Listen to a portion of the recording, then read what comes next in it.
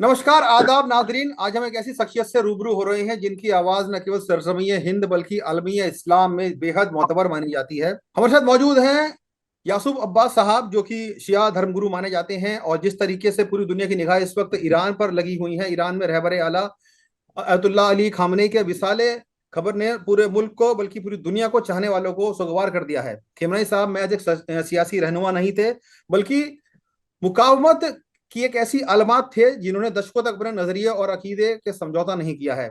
और हम बात करेंगे उनके इस तरह से जिस तरीके से अमेरिका ने हमला किया है और उनकी उनकी मौत हो गई है इसमें। अब्बास साहब, स्वागत है आपका बहुत बहुत।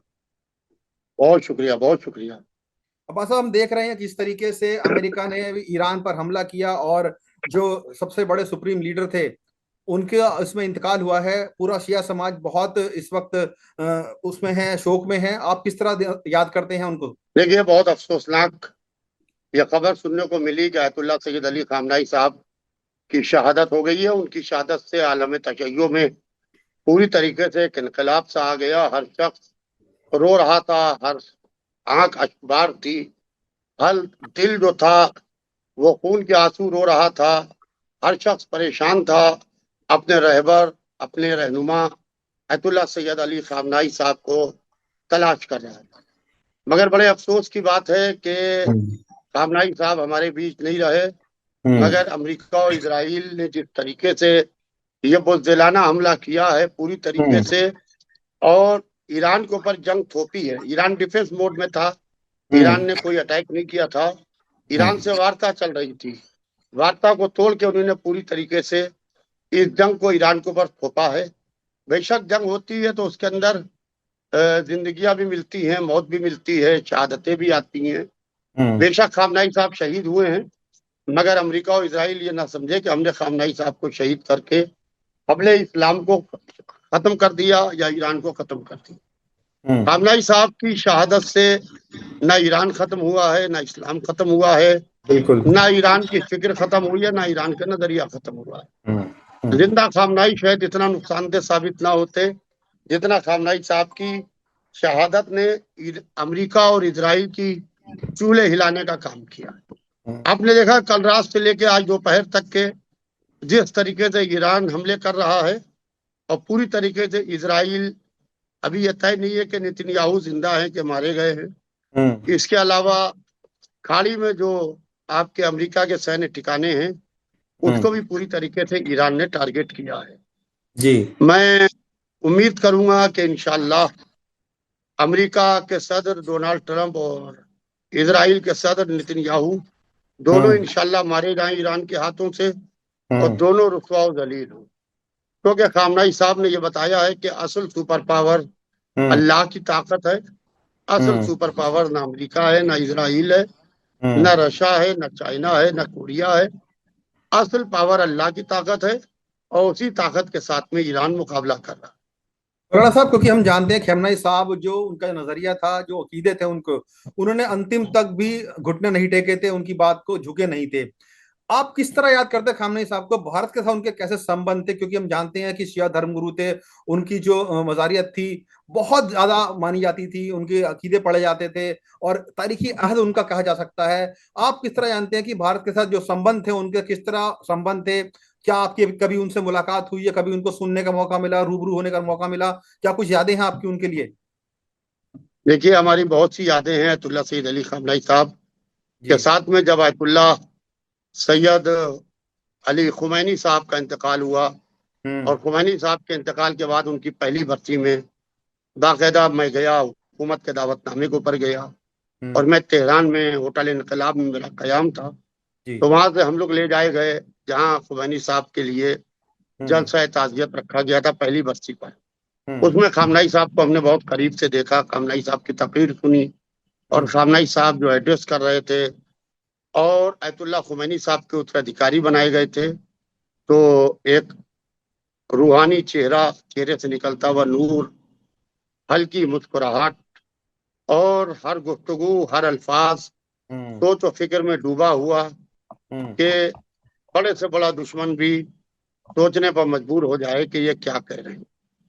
बहरहाल अब तो सिर्फ यादें ही रह गई हैं। जी। और जो आपने रिश्ते की बात की, कि हम्म। रूहानी रिश्ता है हिंदुस्तान का खामनेई साहब से। एक हम्म। धार्मिक पेशवा का रिश्ता है, जैसे धार्मिक पेशवा होता है, जैसे रिलीजियस लीडर होता है, वो बिल्कुल। रिश्ता खामनेई साहब का भारतीय संस्कृति हिंदुस्तान से के भी बड़े शियों के साथ। प्रभावित थे वो मौलाना साहब, जहां तक मुझे याद आता है भारतीय संस्कृति की बड़ी बात करते हैं वो, जिस तरीके से हिंदू मुस्लिम भाईचारा हमारे देश में देखने को आता है, उसकी भी बड़ी तारीफ करते थे वो। जो भारतीय संस्कृति है, गंगा जमनी तहजीब है, उसकी भी बड़ी तारीफ करते थे वो। देखिए, खामनेई साहब ने हिंदुस्तान से अच्छे ताल्लुकात रखे, हम्म। और हिंदुस्तान ने भी ईरान से अच्छे ताल्लुकात रखे। हम्म। मगर बड़े अफसोस की बात है, आज हम्म। खामनेई साहब की शहादत को 2 रोज हो गए हैं, हम्म। मगर हमारी गवर्नमेंट ऑफ इंडिया की जानिब से एक हम्म। भी ट्वीट, एक भी पैगाम ताजियत ना हम्म। आया है, ना ईरान को दिया गया है। इसको मैं आपसे लेके यही हर शख्स बिल्कुल। हम्म। हर शख्स फिक्रमंद है कि ऐसी कौन सी बात हो गई कि आप अपने पुराने दोस्त को हम्म। भूल गए, और आपने रामनाई साहब की शहादत न हम्म। हिंदुस्तान के शियों को दी, न मुसलमानों को दी, न ही हम्म। आपने गवर्नमेंट ऑफ ईरान को, ईरान के प्रेसिडेंट को रामनाई हम्म। साहब की शहादत की तासीर दी। जी जी जी, मौलाना साहब आप बिल्कुल सही बात कह रहे हैं कि शायद सरकार ने कोई अपना रुख नहीं इसमें स्पष्ट किया है, लेकिन जिस तरीके से भारत में हम देख रहे हैं तमाम जो सिया समाज के मुसलमान हैं, वो उनके अंदर बेहद नाराजगी है, शोक की लहर भी है, साथ ही साथ वो अपना गुस्सा भी दिखा रहे हैं। क्यों गुस्सा दिखा रहे हैं ये बताइए आप मुझे, क्यों उनके मन में ऐसा देखिए, गुस्सा उन्माद इसलिए उठा दिखा है? रहे हैं कि जिस तरीके से भारत को रोल अच्छा अदा करना चाहिए था, और हम्म। भारत अच्छा रोल अदा कर सकता था, हम्म। भारत ने अपना अच्छा रोल अदा नहीं किया है। और हम्म। पूरी तरीके से, बहरहाल, ये एक अफसोस का विषय है हम्म। कि भारत ने अच्छा रोल प्ले नहीं किया है। हम्म। इसके अलावा कामनाई साहब अब हमारे बीच में नहीं है, हम्म। ये बहुत ही दुख की बात है, बहुत गम की हम्म। बात है। और बहरहाल इसके ऊपर जितना भी गम किया जाए वो कम है। मौलाना साहब, चूंकि मौलाना साहब आयतुल्लाह जो खेमनाई साहब थे वो एक धार्मिक रक्षक भी थे इस्लाम के, उनका चले जाना कहीं ना कहीं आप लगता है कि एक मार्गदर्शक का मार्गदर्शक जो कि राह दिखाता है समाज को, वो इस तरह चले जाना, और यही कारण है कि तमाम चाहे भारत हो या पश्चिमी मुल्क हो या जहां भी उनके रहनुमा थे, जानने वाले थे, उनको पसंद करने वाले लोग थे, वो कहीं ना कहीं बेहद नाराजगी जता रहे हैं। कश्मीर से लेकर कन्याकुमारी तक भारत में ही कई जगह पर हम देख रहे हैं कि लोगों का जो गुस्सा है वो फूट रहा है। देखिए, लोगों का गुस्सा फूटना बिल्कुल जायज है, बिल्कुल बचा है। और हम्म। 3 दिन का ऑल इंडिया शिया फसला बोर्ड ने भी राष्ट्रीय शोक का ऐलान किया है। सिया हम्म। लिबास, काले हम्म। कपड़े लोग पहने हुए हैं, लोग गम मना रहे हैं, अपने हम्म। घरों पर काले परचम लगाए हुए हैं। आज हम्म। लखनऊ में भी 3 दिन का राष्ट्रीय शोक है, सारी दुकानें बंद हैं। और हम्म। आपके अभी रात को 8 बजे छोटे मम्बाड़े में मजलिस होगी, और हम्म। मजलिस के बाद में बाकायदा प्रोटेस्ट मार्च निकल हम्म। के गेट तक आएगा। वहां अमेरिका और इसराइल के प्रेसिडेंट का पुतला नजर आतिश किया जाएगा, पुतला जलाया जाएगा, क्योंकि हम्म। उन्हीं ने हमारे पॉलिटिकल लीडर को नहीं, हमारे मजहबी पेशवा को हम्म। शहीद किया है। हम्म। शहीद का खून रायगा नहीं जाता है। हम्म। और बाकायदा ये बात कही गई है कि हरगिज हरगिज तुम उनको मुर्दा तस्वुर ना करना, जो अल्लाह की राह में कत्ल कर दिए गए, बल्कि वो जिंदा हैं और अपने परवरदिगार की जानिब से रिज़्क़ पा रहे हैं। मौलाना साहब जिंदा क्योंकि खामनाई साहब शायद इतना नुकसान ना पहुंचा पाते जितना हम्म। खामनाई साहब की शहादत पूरी हम्म। तरीके से दुनिया, हम्म। अमेरिका और इसराइल की और उन खाड़ी देशों की चूलों को हिला के रखेगी। मौलाना साहब क्योंकि अपनी आत्मरक्षा के लिए वो लगातार जो प्रोग्राम चला रहे थे, न्यूक्लियर प्रोग्राम चला रहे थे, मिसाइलों का जखीरा उनके पास था, लेकिन जिस तरीके से सैंक्शन लगाए गए ईरान के ऊपर और खamenei साहब अंत तक नहीं झुके उनके सामने, क्या लगता है कि ये अमेरिका और इसराइल क्यों नहीं चाहते थे कि उनको वो पावर मिले, या यूं कहें क्योंकि ईरान के पास जिस तरीके से खनिज संपदा है, तेल बहुत आयत में है, क्या ये तेल का खेल है? उनका तेल हथियाना चाहता है अमेरिका, और इसराइल का अपने आप को मिडल ईस्ट में या मिडल वेस्ट में एक पावर के तौर पर दिखाना चाहता है। क्या आपको लगता है कि अमेरिका ने आखिर क्यों ऐसा किया है? देखिए, अमेरिका मोहम्मद रजा शाह पहलवी और उनके परिवार को बाकायदा ईरान की गद्दी पर बिठाना चाहते हैं, हम्म। जो एक उनकी नाकाम कोशिश है, जो कभी पूरी नहीं होगी इंशाल्लाह। हम्म। और एक तेल का खेल है बेशक। ईरान बैरियर बना हुआ है। सबने, जितने भी खाड़ी के देश हैं, सबने अमेरिका को सुपर पावर मान लिया है। मगर खामनाई बिल्कुल। साहब ने अल्लाह को सुपर पावर माना है, हम्म। ईश्वर को सुपर पावर माना है, हम्म। कि अमेरिका को या इसराइल को सुपर पावर नहीं माना है, और उनको सुपर पावर मानने से इनकार कर दिया है। हम्म। और ईरान एक बैरियर था, लिहाजा वो बैरियर को हटाने की कोशिश कर रहे हैं, और उम्मीद है कि वो बैरियर को हटा नहीं पाएंगे इंशाल्लाह।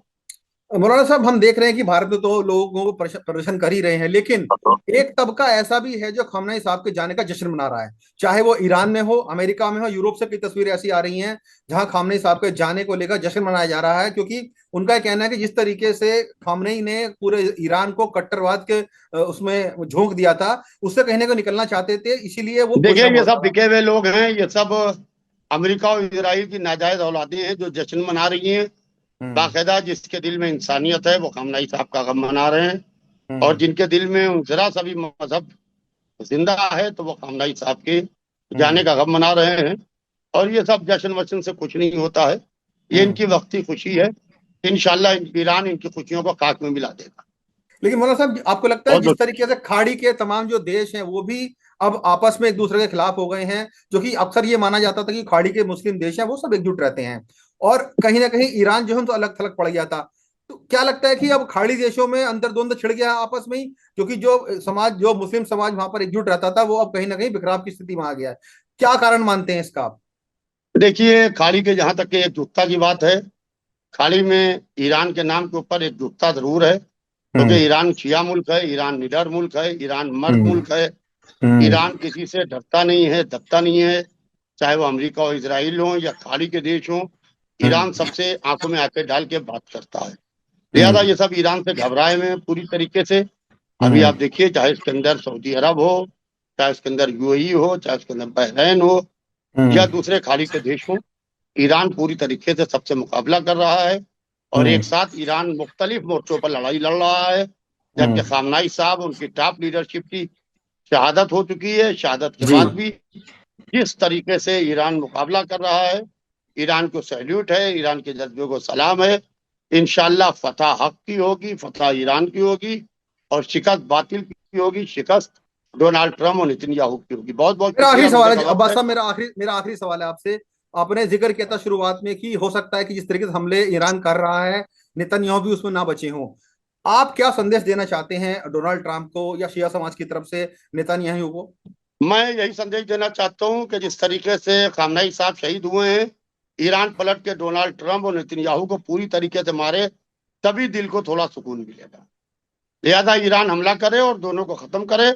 तब हस्ती से जुल्म का खात्मा उसी वक्त होगा जब नितन्याहू और डोनाल्ड ट्रम्प मारे जाएंगे। बहुत बहुत शुक्रिया, थैंक यू। शुक्रिया आपका हमसे जुड़ने के लिए।